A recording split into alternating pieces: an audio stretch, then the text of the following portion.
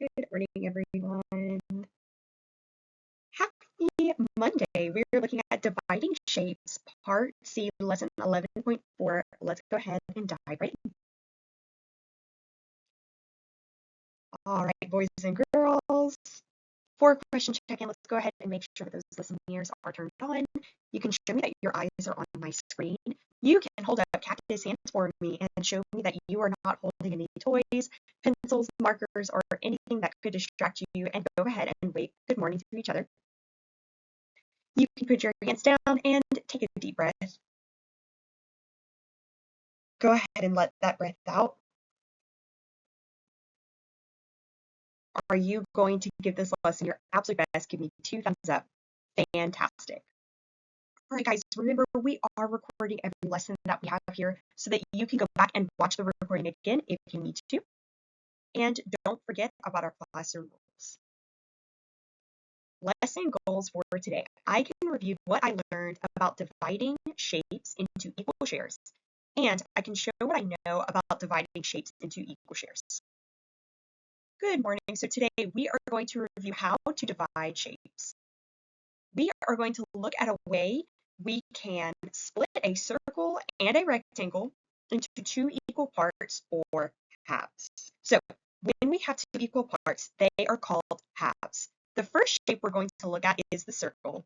And if you have writing utensil and paper, I know this is I do time, but you are welcome to grab those materials and draw the best circle that you can with me. You can pause this recording and press play after you've drawn your circle. All right, boys and girls, do you have your beautiful circle? I'm sure it looks even better than this one right here. I did not draw this. This was done on the computer.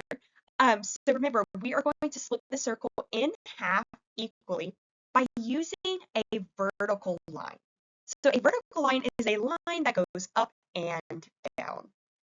So I'm going to split this circle evenly vertically. Okay, so I'm going to try my best to draw my line in the middle of my circle and go straight down. It's not perfect, right? But we do the best that we can. This creates an equal half over here and an equal half over here. 2 equal halves, right? 2 equal halves. Like if I had a pie and I was feeling very hungry, one of my other friends, you were feeling very hungry, and I split this pie into 2 equal halves. So we have 2 equal halves, and those 2 equal halves together equal a full circle. Now, we can also split the circle into 2 equal halves in another way. We can draw a line horizontally, which means going across the page horizontally, okay? Going side to side. So let's go ahead and do that now. I'm going to try my best to keep this in the middle of my circle. Again, it's not going to be perfect, but I'm going to try my best. All right, I tried my best to keep that in the middle so that if I were to fold this paper, if it were paper and I drew a line, and then I were to fold it over so that line was in the crease, it would be even. So go ahead and do that as well. Try your best. So you did it vertically with me. Now try to draw that line horizontally in the middle. Okay, and this is showing 2 equal parts. I split the circle into 2 equal parts. We have 1 half here and the other half here. Okay, if you need to pause to finish drawing that, you are more than welcome to. All right, guys, assuming that you have drawn those 2 equal halves vertically, horizontally with me, now we are going to try one other way. Can you think of another way that we can split our circle into an equal half? Those of you who can read the word diagonal, that was a little hint on my board. But if not, yes, diagonal. Diagonally, we can divide this circle into 2 equal halves. When I draw a diagonal line, it is going across the board or across the page. I want you to think about in the sky, whenever you see a rocket shooting into the air or you see a plane, you can see that plane sometimes, whenever it is ascending into the air, it is going diagonally. It's not going straight up, right? That would probably be more like a rocket. And it's not going side to side at first. Whenever it's going into the air, ascending into the air, it's going diagonally. It's going diagonally, right? So that's how we're going to draw a line here. We're going to try our best to keep that in the middle, like you can see here. Oh, I'm going to try that again.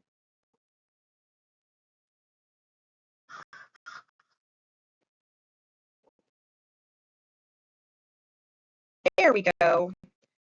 All right, I drew that line diagonally. It's not perfect, but if I were to fold these together, it should match up pretty well. You can go ahead and do that as well. We've created two halves with this diagonal line. If I put them together, they would equal one whole circle. You can pause this recording to finish up on that and press play when you're ready. All right, we're going to move on to a rectangle now. So you can pause this recording, draw the best rectangle that you can, press play when you're ready, and we are going to split this rectangle 3 different ways into halves. So we're splitting this rectangle into 2 halves. We're first going to start with the same type of line that we started with our circle, vertical line. So my vertical line is straight up and down in the middle of my rectangle going down. Okay, go ahead and try that. You can pause this recording if you need to. Assuming you've pressed play to continue, now we are going to draw our vertical line. Horizontal, excuse me. We just did vertical. Our horizontal line is going to go in the middle, across my board, across my rectangle, dividing my rectangle into 2 halves. There we go. So I have 2 halves here. Together, they would equal one whole rectangle. And then last but not least, boys and girls, I'm going to divide this diagonally, which it's so easy to do because, oops, well, I spoke too soon. It's pretty easy to do because my line matches, there we go again, it's flipped. My line matches up with my corners. So I start in this first corner here, keep going, I end up in the other corner. It looks like 2 sandwiches, right? 2 halves that together equal one rectangle. These 2 triangular halves can equal one rectangle together. You can pause this, finish drawing those different ways. You don't have to send a picture of those. That was just our ID time. And then press play when you're ready to continue. All right, guys, well deserved break. Pause this recording. Take as much time as you'd like, and then come back to your seats after your brain break and press play to continue with We Do Time. All right, guys, I'm going to check where we're at here, how you're feeling, by asking you a few questions. So I have a rectangle here, and I want to know how many pieces or how many parts is my shape divided into. Okay, so when I'm looking at this shape, I have one line diagonally going across my rectangle. Are my parts divided into halves, fourths, or quarters? That is my question. Halves, fourths, or quarters? What do you think? Just hold your answer in your brain. I'll give you some time. So if you're thinking that this is divided into halves, you are correct. The correct answer is halves, okay? And I know this because whenever I'm looking at my shape, I only used one line to divide the shape evenly, which means I only have how many pieces? Let's highlight how many pieces I have here. I have one piece here, and I have another piece here. Okay, that's 2 halves, right? That's 2 halves. Whenever I have two parts or or my shape is divided into two equal parts, those are called halves, okay? Whenever I have, just to review a little bit, because I know you guys have learned this already, but just to review a little bit. Whenever I have a shape that is divided into four parts, okay, that means I have two lines that have been drawn evenly. And actually, this does not divide evenly. So these would not equal four parts because these two are two different sizes, right? And these two are different from my other two halves. So that doesn't work. However, if I had a square, for example, and it had two lines dividing, and it had four parts, those four parts are called fourths. Okay, those four parts are called fourths. And then a quarter, I believe, is fifths.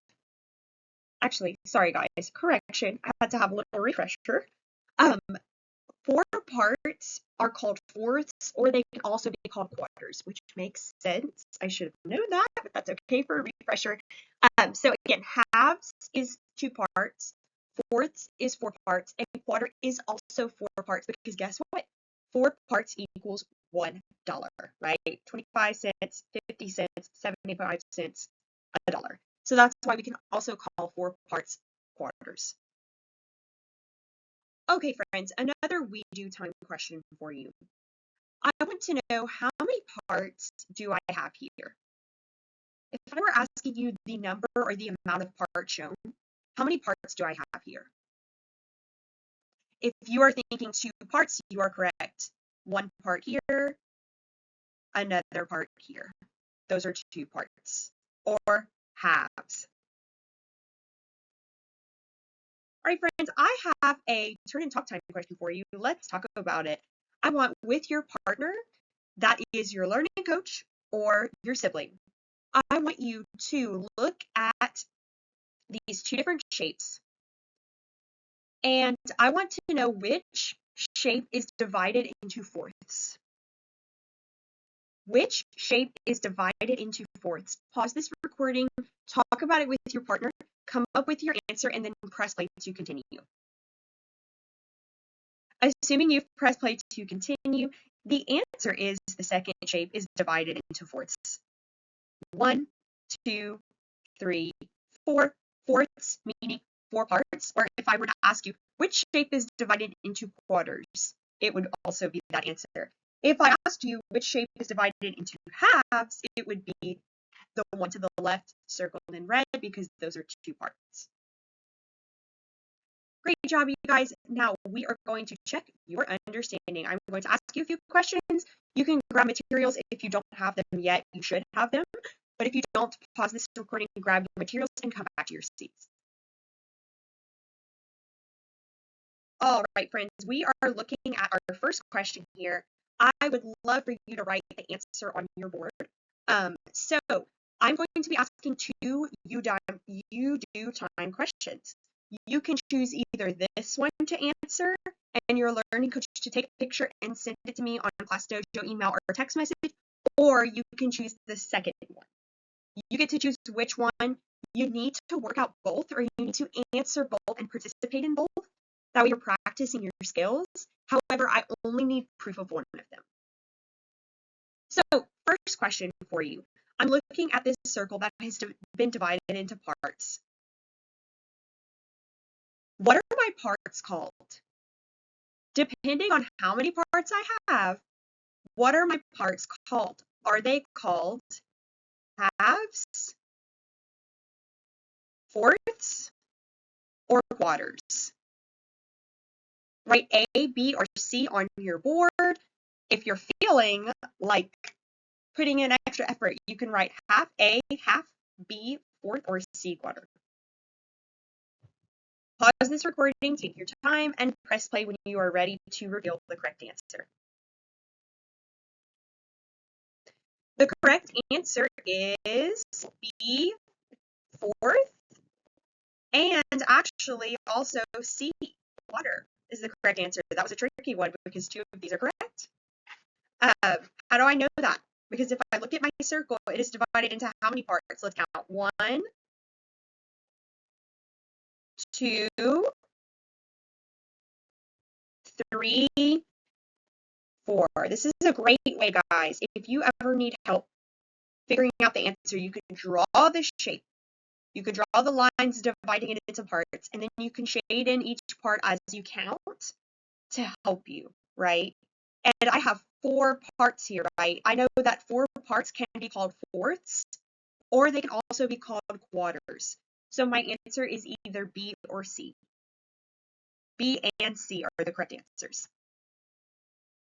Next question for you. If Learning Coach, if you did not take a picture of that previous answer that your student had, then please take a picture of this one. Make sure you send that to me on Class Dojo or email. We're not, texting is a little finicky. So Class Dojo or email is the best way. And your student will receive credit for watching this recording. Okay, now my question here is, how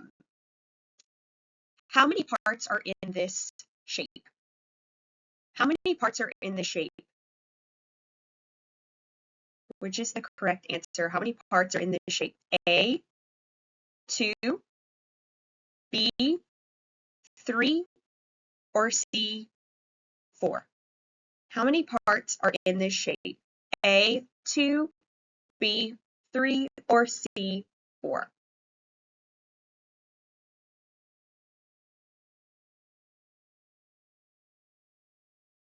The correct answer is C4. I have 1, 2, 3, 4. Wonderful job. Great work, everybody. Let's review what we learned today. We reviewed what we learned about dividing shapes into equal shares, and we showed what we knew about dividing shapes into equal shares. You may log off, boys and girls, and I will see you next time. Bye.